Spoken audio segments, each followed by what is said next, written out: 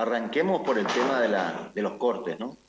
Eh, Acá lo que hay que decir es que lamentablemente se convirtió esto en una pésima costumbre, con esto de que debe haber tolerancia social y de que el derecho de tránsito es un derecho de menor cuantía frente a la protesta social. Una cosa que en los hechos ha quedado demostrado que lo que hay en realidad frente a esa situación es un pretexto enorme del Estado para dejar hacer, porque claramente el Estado no responde a los pedidos de la gente, o sea, en su mayor parte los ignora. Ese viejo estilo tan de ciudadano que existía, que era el de enviar una nota y que el gobierno te conteste, te llame para dialogar, para conversar, dejó de existir, y más acá en Formosa. Te lo digo yo como funcionario público, como diputado, nosotros mismos tramitamos las inquietudes de la gente y ni siquiera tienen la decencia, porque no se les puede decir otra cosa, de contestar esos pedidos de la gente. O sea que gran parte de las cosas que nos pasan es por dejar hacer permanente el Estado en Formosa y en el país en este sentido, y por el otro lado, esta pésima costumbre que se vino instalando en el Estado de que no es necesario contestar nada. ¿Viste? O sea, esperemos que explote, y las situaciones que van explotando, en todo caso, amaguemos con una solución a futuro y con eso vamos apagando. Y además saben ellos que gran parte de la gente que corta son manejados por punteros políticos de ellos. No digo la gente que necesita, pero sí los que están al frente, su mayor parte son punteros políticos de este gobierno. No vamos a ir muy lejos. El último corte en donde aparecieron estos actos de violencia, una de las personas que estuvo a cargo de la movilización y que se le tomó, tal en los reportajes en los medios, dice, nosotros somos su gente, en referencia a Gildo Infran.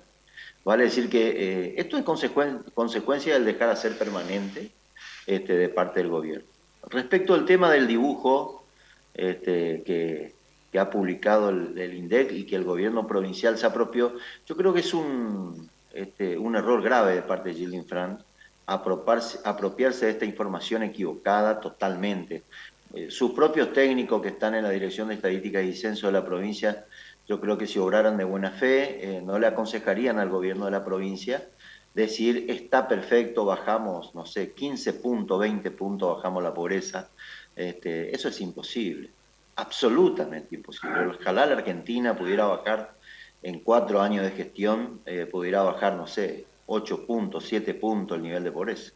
Si eso no se puede, eso es difícil de lograr, porque para bajar la pobreza hace falta un montón de cosas. Son muchos los factores que influyen para que se dé este nivel de pobreza, que se vino acentuando enormemente a pesar de los planes sociales que el gobierno creía que con eso se iban a atenuar. Lo cierto es que de 0,8 del presupuesto, hoy estamos en 4 puntos del PBI, y la pobreza lejos de...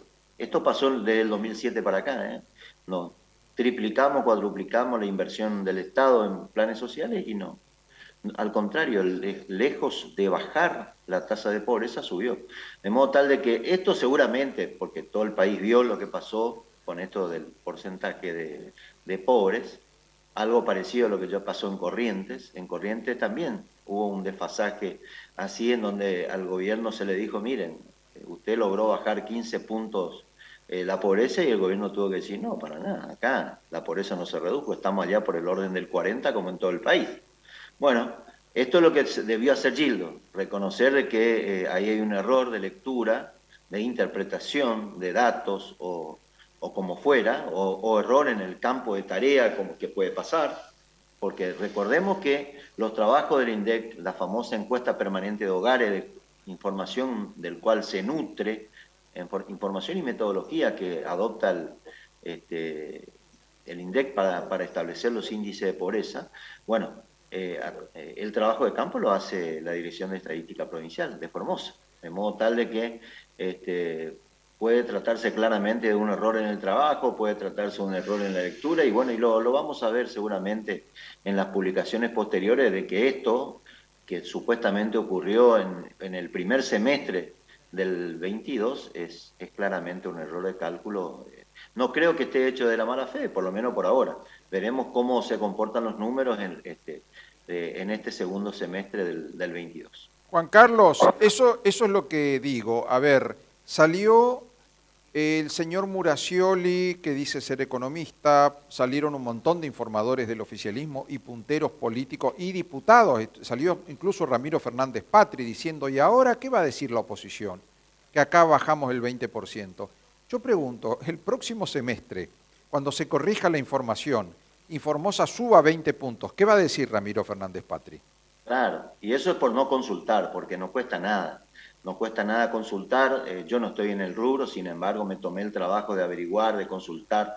Y en verdad que estos datos estadísticos, muchos cuestionados a favor y en contra, pero lo cierto es que el INDEC actual, cuando hay errores que se cuestionan, investiga y luego corrige. De modo tal de que yo confío de que esto se va a corregir. Por supuesto que a mí me encantaría, como a todos, que baje la inflación, que baje la pobreza. De hecho, creo que una de las causas fundamentales para que la pobreza se acentúe tiene que ver con la tremenda inflación que tenemos. Y justo en el primer semestre eh, lo sentimos todos.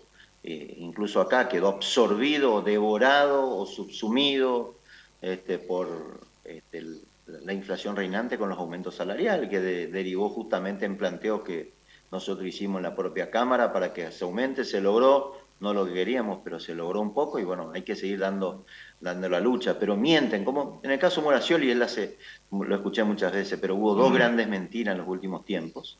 Uno es esto de tomar por cierto, cuando él sabe, porque él como economista sabe cómo se toman las lecturas para establecer la suba o la baja del nivel de pobreza, él lo sabe, de modo tal de que como lo sabe, por ser un licenciado en economía y cómo juegan las variables para el cálculo de la pobreza, él sabe perfectamente de que esto técnicamente entre el segundo semestre del año 2021 y el primer semestre del año 2022, establecer una baja de 15 puntos es sencillamente matemáticamente, técnicamente, es imposible. Tendríamos que hablar de una provincia de pleno empleo, tendríamos que hablar con un aumento sideral de la producción, de una revolución productiva en donde, no sé, la provincia pase de 70, 80 mil hectáreas que hoy produce a 250, 300 mil hectáreas, en donde los empleados públicos formales, que es la segunda gran mentira de Muracioli cuando él dice somos la tercera provincia con menos empleo público en el país, él seguía, por supuesto, por los empleados públicos formales. Pero acá todos sabemos de que hay 3 veces más de empleo público, más de 100.000 empleados públicos, pero ¿qué pasa? El 60% de esos son monotributistas y de eso no habla el señor Muracioli. Entonces, es una enorme mentira. Tendríamos que decir entonces de 45.000, 47.000 empleados públicos declarados oficialmente por el gobierno, no monotributistas, contratados para toda la formalidad de la ley. Bueno, eso tendríamos que tener 150.000 de esos declarados. Y entonces sí, uno podría decir, bueno, de la tasa económicamente activa, es decir, ciudadanos con posibilidades de trabajar, bueno, Formosa tiene 230.000, bueno, hay plena ocupación y bueno, uno puede hablar así de una reducción de pobreza de ese orden, del 15 puntos, es un logro extraordinario, pero eso es absolutamente imposible, en donde estamos frente a una provincia que ha retrocedido enormemente en su capacidad de producción, o sea, que no hay ningún elemento de lo que se necesita para poder bajar los índices de pobreza que esté vigente, que esté obtenido, que se haya logrado en la provincia de Formosa. Juan Carlos, por otro lado, a ver, tenemos una situación de desfasaje de todos los números, el tema de la inflación, el tema de las asimetrías en los costos con los vecinos, ¿no? El drama de los clorindenses que no pueden cargar combustible porque todo se vende de contrabando a Paraguay. Es impresionante. En Paraguay cada 50 metros o 100 metros hay un señor con un montón de bidones de plásticos con un líquido azul que es combustible argentino llevado de contrabando. Ahí estamos mostrando un señor muy simpático en Asunción que tiene un montón de bidones y le puso el logo de Shell riéndose como diciendo, bueno, acá tengo una estación de servicio. Y está en la vereda y es de contrabando y eso viene de Clorinda y los clorindenses tienen que estar haciendo colas en estaciones de servicio que a las 10 de la mañana te cruzan las mangueras, ¿no? Y por otra parte no tenemos neumáticos y estamos trayendo, es decir, la gente está trayendo de contrabando neumáticos chinos del otro lado del río en el marco de una situación de riesgo procesal porque te agarra la gendarmería y te inicia un proceso. Es decir, estamos bordeando la ilegalidad permanentemente, estamos en los márgenes de un sistema económico colapsado. Totalmente. Lo que ocurre es que, en primer lugar hay que decir que estas cosas pasan en la zona de frontera por falta de controles y porque gran parte de los que tienen que controlar, los que ejercen el poder político, forman parte del negocio. Esto es así. No vaya a creer de que el gobierno, en cualquiera de sus niveles, provincial, municipal, hasta nacional, tienen algo que ver con esto. Porque ellos saben, tienen la información. Todos los días a las 6, las 7 de la mañana tienen información de lo que pasa en la zona de frontera. Tienen informantes en todos lados y en todos los niveles, o sea, ellos saben que estas cosas pasan, pero no toman ninguna medida.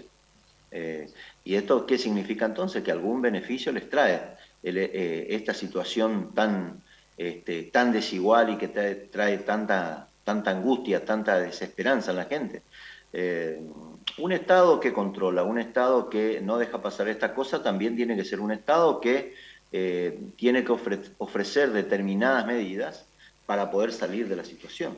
O sea, el hecho de que hoy tengamos tantas asimetrías en materia del valor del combustible como el valor de las cubiertas, y bueno, evidentemente porque ahí, en esos casos es que tiene que intervenir el Estado, tomando las medidas que sean necesarias para que el precio en el territorio argentino vuelva a ser competitivo. Porque está muy claro que ahí juegan los impuestos, porque si no, no se explica cómo es que Pirelli, que acá se produce en la Argentina, Pirelli sale el 40% más barato colocado y con balanceo incluido en Paraguay. ¿Esto qué significa? Que hay un problema impositivo gravísimo y entonces no. Dentro del territorio argentino tiene que corregirse la cuestión impositiva y de esa manera vamos a tener puesto en la calle un precio mucho más competitivo, si no de otra manera se respetan los precios en dólares entre Paraguay y Argentina, pero esos precios en dólares son bien aprovechados por un país como Paraguay que tiene el 2 o un 4% de inflación anual. No hay prácticamente depreciación de su moneda. Entonces ese precio es muy bueno para el Paraguay, pero muy malo para la zona de frontera con Argentina. Y por otro lado, Juan Carlos, empezaron a llegar facturas de agua con incrementos y van a llegar en algún momento las facturas de la luz con los nuevos valores de septiembre, con incrementos, sí. Y va a empezar a darse cuenta la gente, lo va a sentir en su bolsillo, aquello de lo que se informó en su oportunidad. Suele ocurrir que cuando hay una información periodística pero todavía no se sintió en el bolsillo, la gente lo lee. Descree. Claro, sí, no se preocupa todavía, pero cuando llega la boleta y hay que pagarla, y eso va a empezar a ocurrir. Sí, seguro que sí. Yo no tuve la oportunidad de analizar, pero sí ya recibí la información. Ya hay una resolución del ente regulador estableciendo los nuevos valores.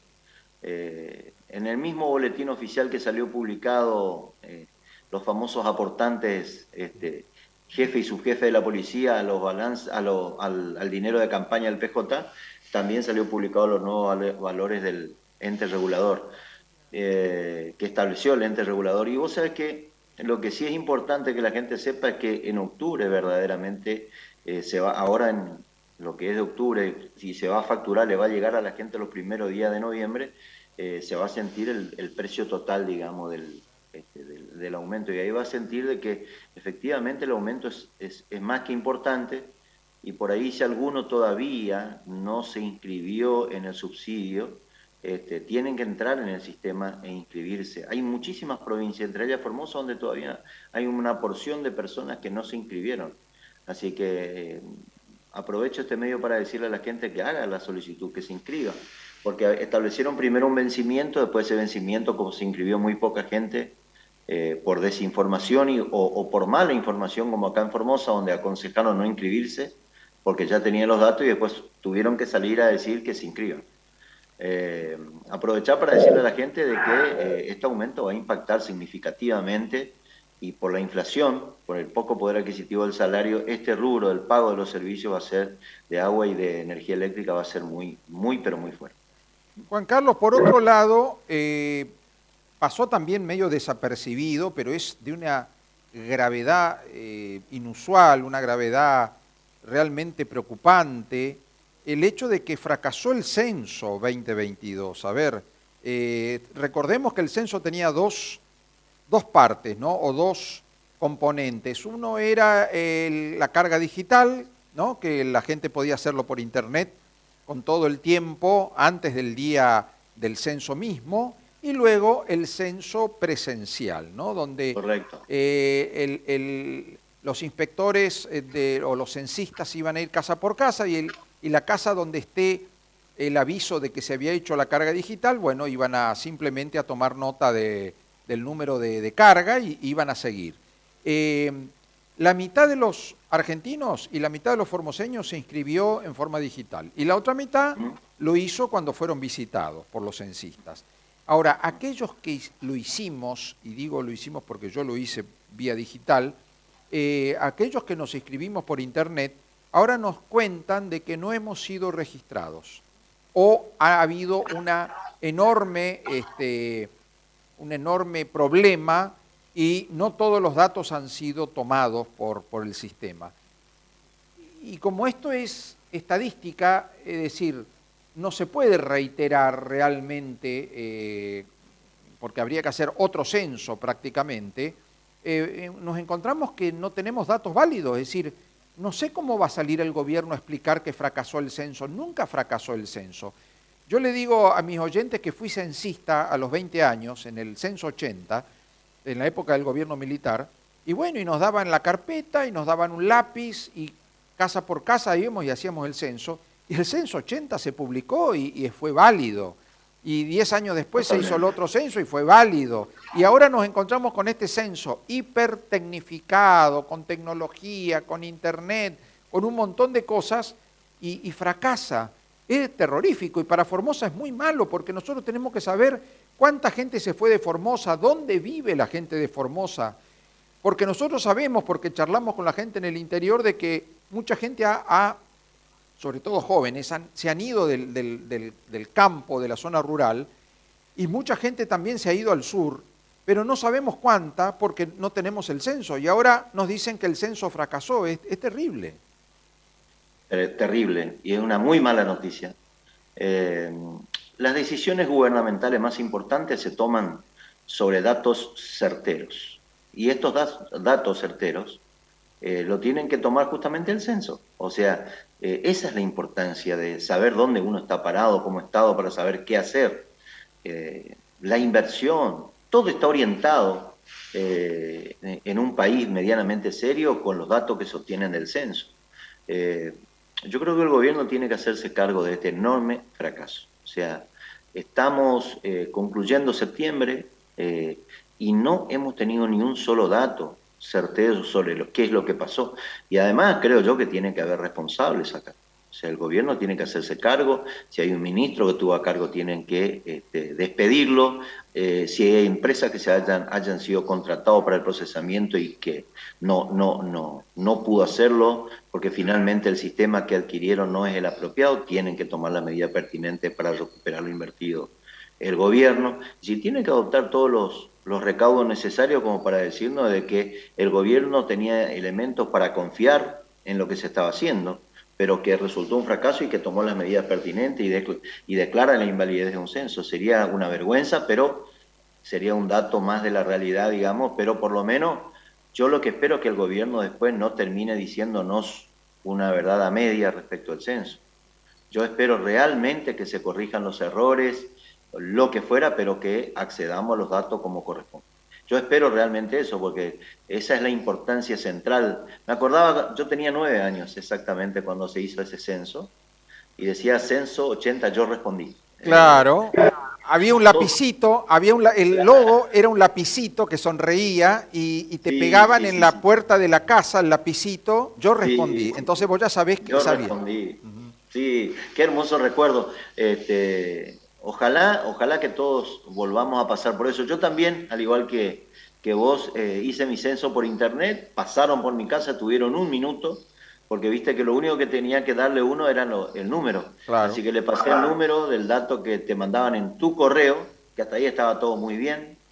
Era la primera vez que podíamos hacer un censo vía internet.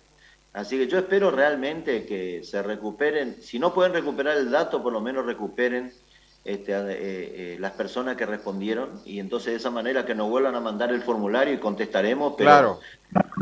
pero tenemos que tener la certeza de que estos datos van a ser agregados a aquel que se tomó físicamente, digamos que, salvo que roben el formulario, por lo menos el físico lo tienen que tener, y el resto si lo tenemos que volver a hacer, yo creo que no, sería el menor de los problemas, pero es importante que el Estado no nos mienta, que no retasee verdades y que rápidamente podamos salir de esta verdadera incertidumbre estadística en Argentina.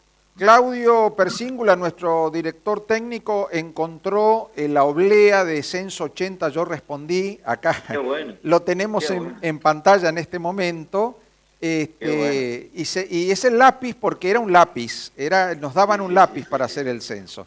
Bueno, Qué hermosa época. ojalá que podamos tener la seguridad de los datos que teníamos cuando hacíamos las Pero cosas claro, con lápiz y papel, ¿no? totalmente, de la manera más rudimentaria, pero era seguro. Totalmente. Gracias, Juan Carlos, ¿eh? Al contrario, muchas gracias a vos, que tenga un lindo día. Yo te cuento a vos que hasta anoche estuve bastante mal, pero hoy amanecí bien. Vengo con un problemita de salud, pero ya me siento muy bien. Me alegro, se te ve bien, se te ve bien. Bueno, Gracias, disfruta el gracias, fin de semana. gracias, gracias igualmente.